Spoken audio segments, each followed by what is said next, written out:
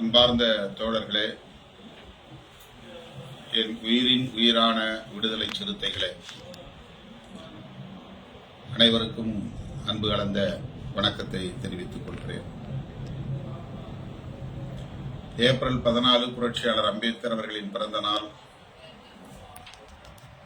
சமத்துவ நாளாக தமிழ்நாடு அரசு அறிவித்து அண்மை காலமாக கொண்டாடி வருகிறது. நாமும் இந்த நாளை சமத்துவ நாளாக தொடர்ந்து கொண்டாடி வருகிறோம்.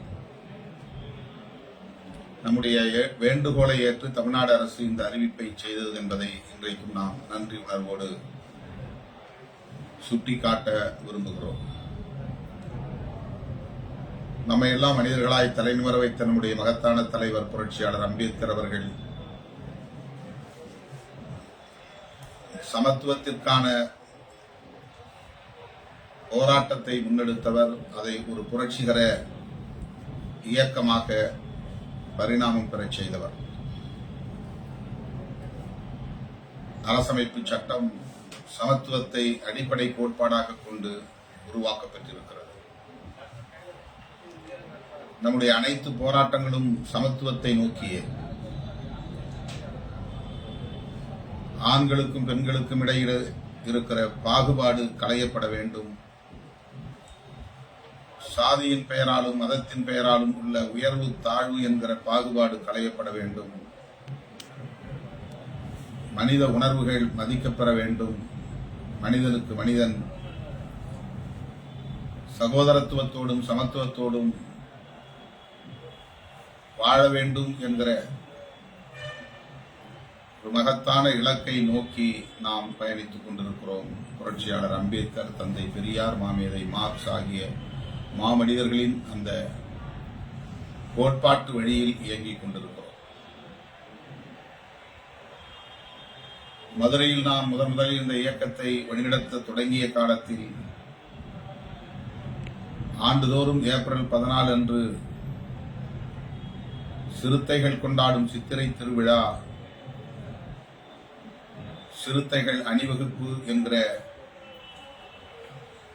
அறிவிப்போடு மக்களை திரட்டி, பல்லாயிரக்கணக்கிலே சிறுத்தைகளை திரட்டி அணிவகுப்பு நடத்துவதை தொடர் நடவடிக்கைகளாக நாம் கடைபிடித்து வந்திருக்கிறோம். இயக்கம் வடமாவட்டங்களில் பரவிய பிறகு அந்த நிகழ்வுகளை வடமாவட்டங்களில் ஒருங்கிணைக்க வேண்டிய தேவை எழுந்தது. அதன் பின்னர் அத்தகைய பேரணி, பொதுக்கூட்டம் போன்றவற்றிலிருந்து வேறு பரிமாணத்தை நோக்கி இயக்கம் வளர்ச்சியடைந்தது. தமிழ்நாடு தழுவிய ஒரு பேர் இயக்கமாக இந்த இயக்கம் உருப்பெற்ற நிலையில் பல்வேறு புதிய புதிய செயல் திட்டங்களை வரையறுக்க வேண்டிய தேவை உருவானது. அதன் அடிப்படையில் நாம் ஆண்டுதோறும் புரட்சியாளர் அம்பேத்கர் அவர்களின் பிறந்த நாளில் ஒருங்கிணைத்து வந்த சிறுத்தைகள் அணிவகுப்பு என்பதை தொடர்ச்சியாக நடத்திட இயலவில்லை. மாறாக அந்த நாளில் ஜனநாயக சக்திகளை அடையாளம் கண்டு அவர்களை சிறப்பிப்பது, விருதுகள் வழங்கி அவர்களை போற்றுவது என்கிற புதிய நடவடிக்கையில் ஈடுபட தொடங்கினோம். 2008ஆம் ஆண்டிலிருந்து தலித் அல்லாத பிற ஜனநாயக சக்திகளை அடையாளம் கண்டு அவர்களுக்கு அம்பேத்கர் சுடர் என்கிற விருதினை வழங்கி, பொற்கிழி வழங்கி, ஜனநாயக சக்திகளை எல்லாம் ஒரே மேடையில் அமர வைத்து அவர்களின் அர்ப்பணிப்பை பாராட்டி, போற்றி, புகழ்ந்து அங்கீகரித்து வருகிறோம். ஏனென்றால் தலித் விடுதலை என்பதோ அல்லது சாதி ஒழிப்பு என்பதோ பாதிக்கப்படுகிற தலித் மக்கள் மட்டுமே செய்து முடிக்கக்கூடிய, சாதித்து காட்டக்கூடிய ஒன்றாக இல்லை. அனைத்து தரப்பு ஜனநாயக சக்திகளும் ஒருங்கிணைவதன் மூலம்தான் அதை சாதிக்க முடியும். ஆகவே தலித் அல்லாத சமூகங்களில் இருந்து சாதி ஒழிப்பை முன்னிறுத்தி சாதிய ஆதிக்கத்தை எதிர்த்து போராடக்கூடிய ஜனநாயக சக்திகளை அடையாளம் காண்பதும் அவர்களை அங்கீகரிப்பதும் நம்முடைய போராட்ட களத்தில் மிகவும் முக்கியத்துவம் வாய்ந்த ஒன்றாக உணரப்பட்டது.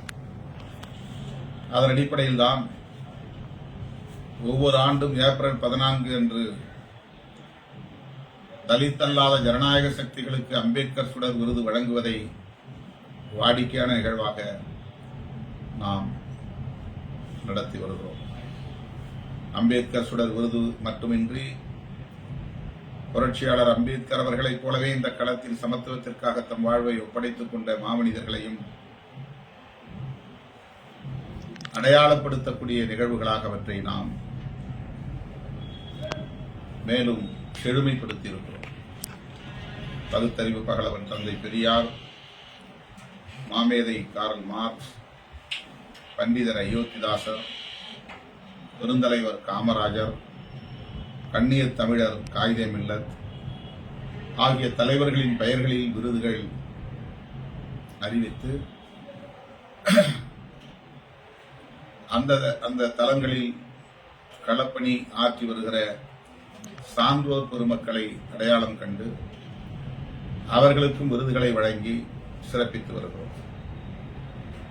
சில பல காரணங்களால் குறிப்பிட்ட அந்த நாளில் நம்மால் அந்த நிகழ்ச்சிகளை இப்போது ஒரு சில ஆண்டுகளாக நடத்த இயலவில்லை. இந்த ஆண்டும் கூட ஏப்ரல் 14 அன்று விருதுகள் வழங்கும் விழா ஒருங்கிணைக்கப்படவில்லை. வேறு தேதியில் அது நடைபெறவுள்ளது. இன்னும் இந்த ஆண்டுக்கான விருதுகள் பெறும் சான்றோர் பட்டியலையும் நாம் அறிவிக்கவில்லை. இன்றோ நாளையோ அது அறிவிக்கப்படும். என்றாலும் ஏப்ரல் 14 அன்று நாம்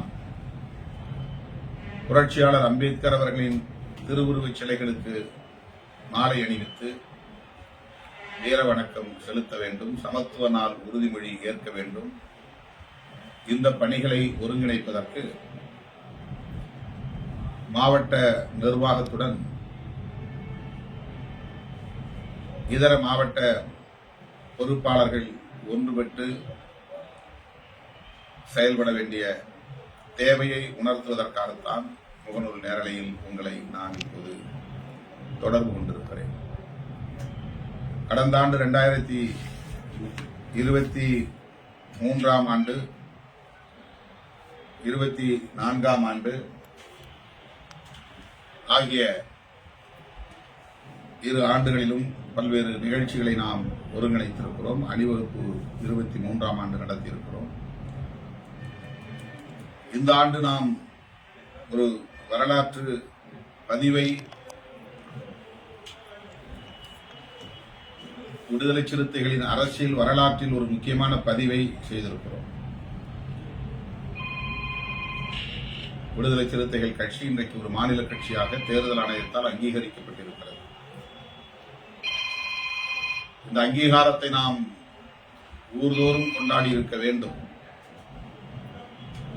ஆனால் அப்படி ஒரு கொண்டாட்டமாக அதை நாம் ஒருங்கிணைக்கவில்லை, அதற்கான வழிகாட்டுதலையும் தரவில்லை. ஆனாலும் ஆங்காங்கே இயக்கத் தோழர்கள் தம் விருப்பம் போல் தங்களால் இயன்ற வகையில் இந்நிகழ்வுகளை ஒருங்கிணைத்து நடத்தி வருகின்றனர்.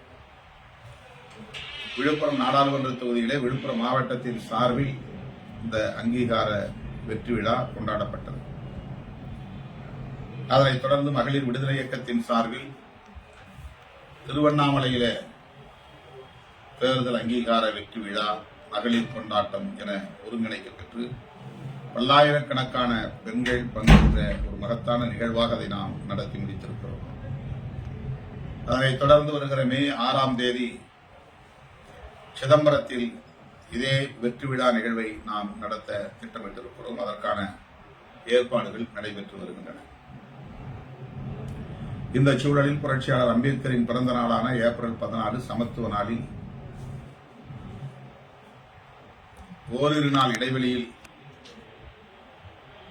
புரட்சியாளர் அம்பேத்கர் அவர்களின் திருவுருவச் சிலைகளுக்கு மாலை அணிவிக்கிற நிகழ்ச்சியே தேர்தல் அங்கீகார வெற்றி விழா பேரணியாக, சமத்துவ நாள் அணிவகுப்பாக அறிவித்து அதை நடத்த வேண்டும் என்று வேண்டுகோள் விடுக்கிறேன்.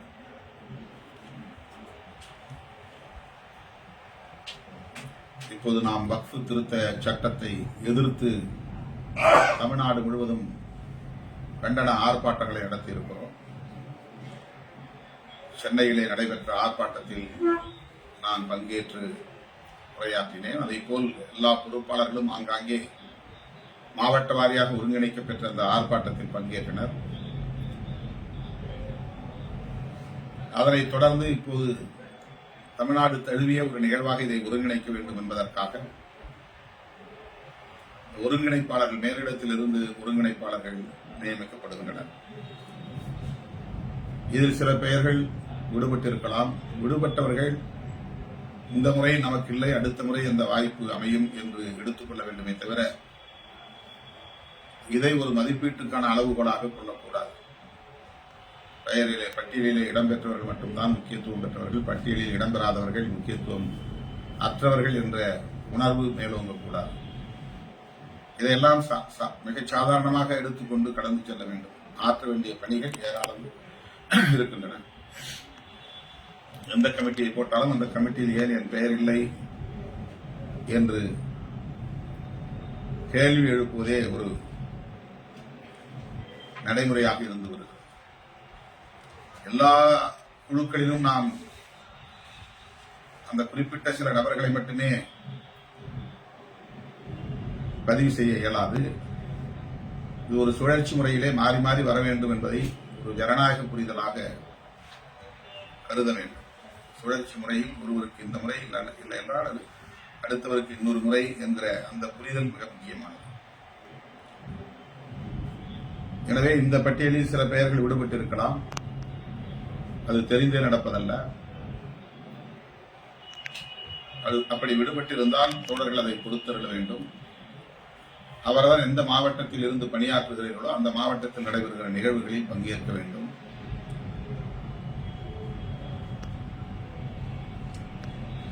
சமத்துவ நாளை நாம்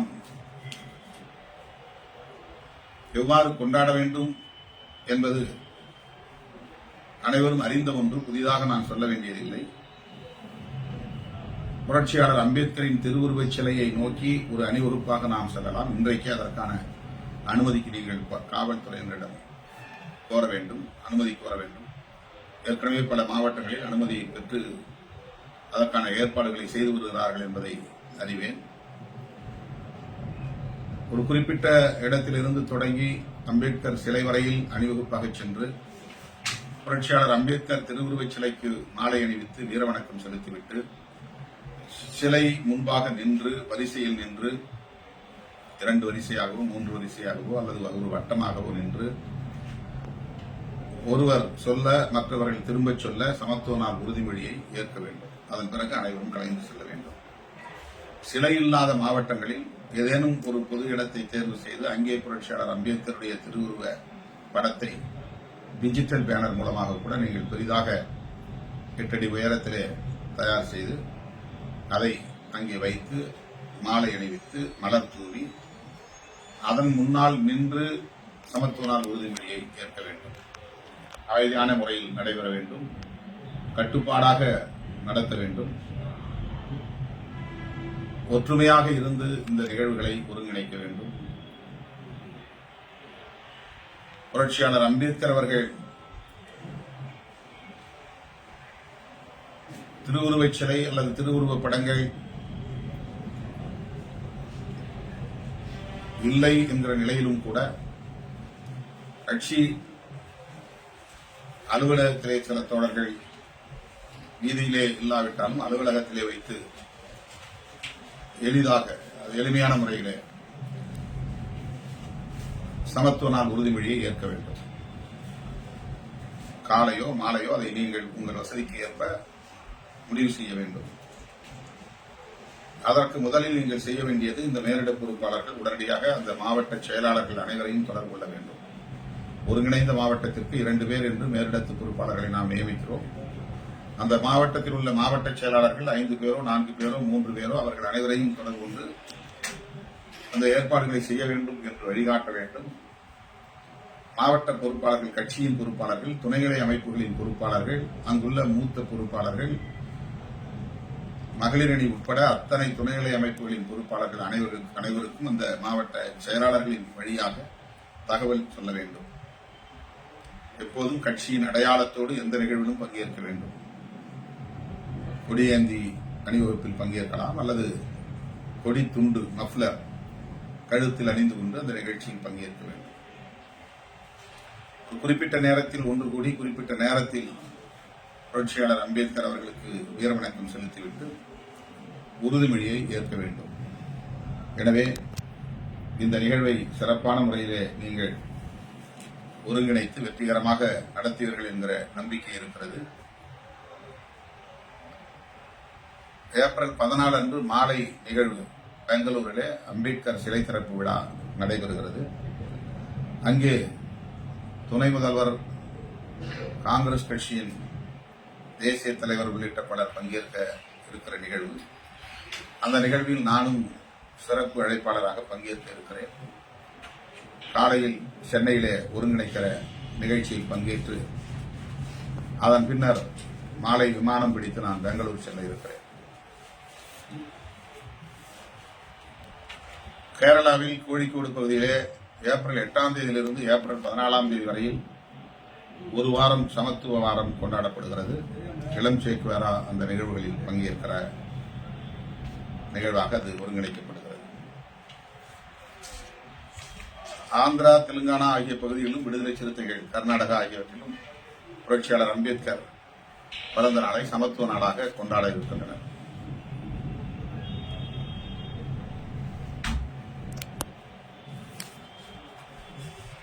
மேலிட பொறுப்பாளர்கள் பட்டியல்: சென்னையில் ஆ. பாலசிங்கம், வழக்குரைஞர் எழில் கரோலின், இரா. நற்சோனை.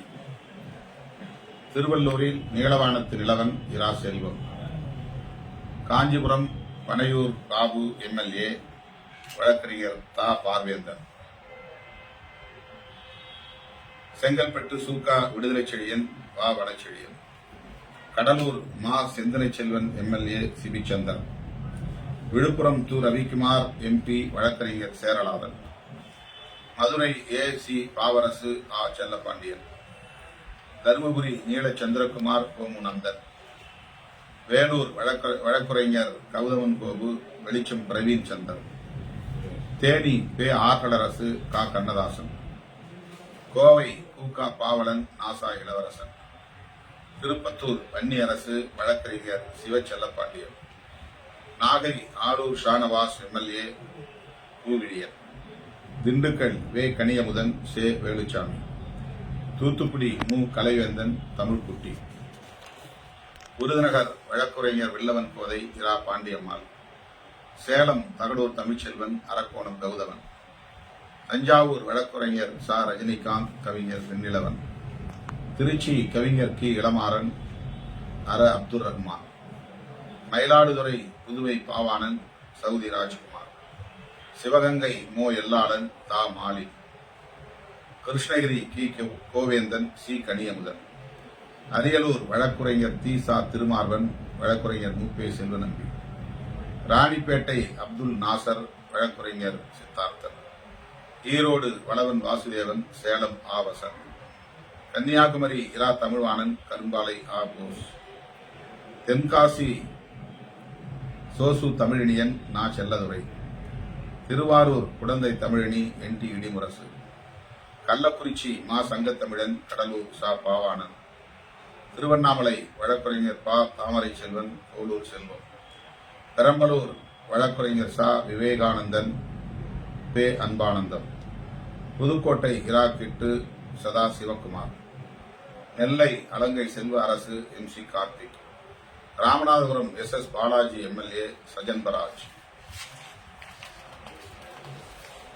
கரூர் ஜே. தங்கதுரை, சௌ. பாவேந்தன். நாமக்கல் வழக்குரைஞர் இமயவரம்பன், வழக்குரைஞர் ரத்தின நற்குமரன். திருப்பூர் சுசி கலையரசன், சிறுத்தை வள்ளுவன். நீலமலை தயா நெப்போலியன், ராஜேந்திர பிரபு. புதுச்சேரி பொதுனிவளவன், தேவப்பொழிலன். காரைக்கால் அரசு வணங்காமுடி, செந்தமிழ் செல்வன். இந்த அடிப்படையில் இயக்கத் தோழர்கள் இந்த மேலிட பொறுப்பாளர்களோடு இணங்கி சிறப்பாக இந்த சமத்துவ நாளை ஒருங்கிணைக்க வேண்டும் என்று கேட்டுக்கொள்கிறேன். பிரிக்கப்பட்ட கட்சி மாவட்டங்களில் மாவட்ட செயலாளர்கள் உள்ளிட்ட அனைத்து மாவட்ட பொறுப்பாளர்களையும் ஒருங்கிணைக்க வேண்டும். புரட்சியாளர் அம்பேத்கர் அவர்களின் திருவுருவச் சிலைக்கு மாலை அணிவித்து சமத்துவ நாள் உறுதிமொழி ஏற்க வேண்டும். சிலை இல்லாத இடங்களில் திருவுருவப் படத்தினை திறந்து வைத்து மலர் தூவி வீரவணக்கம் செலுத்திவிட்டு உறுதிமொழி ஏற்க வேண்டும். வாய்ப்புள்ள இடங்களில் தேர்தல் அங்கீகார வெற்றியை முன்னிறுத்தி சமத்துவ அணிவகுப்பு நடத்த வேண்டும். ஓரிடத்திலிருந்து அணிவகுப்பை தொடங்கி திருவுருவச் சிலையை சென்றடைந்து அங்கே வீரவணக்கம் செலுத்திய பின்னர் உறுதிமொழி ஏற்க வேண்டும். இதுதான் குறிப்புகள். இந்த அடிப்படையிலே இயக்க தோழர்கள் செயல்பட வேண்டும் என்று கேட்டுக்கொள்கிறேன்.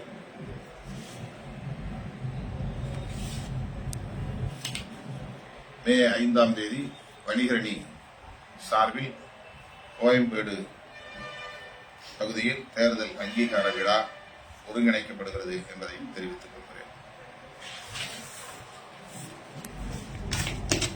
புரட்சியாளர் அம்பேத்கர் அவர்களின் பிறந்த நாள் சமத்துவ நாளாக வெற்றிகரமாக ஒருங்கிணைக்கப்பட வேண்டும். ஆங்காங்கே இளம் தலைமுறையினர் வெகுவாக பங்கேற்கக்கூடிய வகையில் இளைஞர்களை ஒருங்கிணைப்பதில் கூடுதல் கவனம் செலுத்த வேண்டும். கல்லூரி மாணவர்கள், இளைஞர்கள், இளம் பெண்கள், குறிப்பாக மகளிர் அணியை சார்ந்த தோழர்கள் இந்த நிகழ்வுகளில் வெகுவாக பங்கேற்கக்கூடிய வகையிலே கவனம் செலுத்தி இந்த ஒருங்கிணைப்பு பணிகளை மேற்கொள்ள வேண்டும் என்று வேண்டுகோள் விடுக்கிறேன். மீண்டும் நேரலையில் சந்திப்போம். நன்றி, வணக்கம்.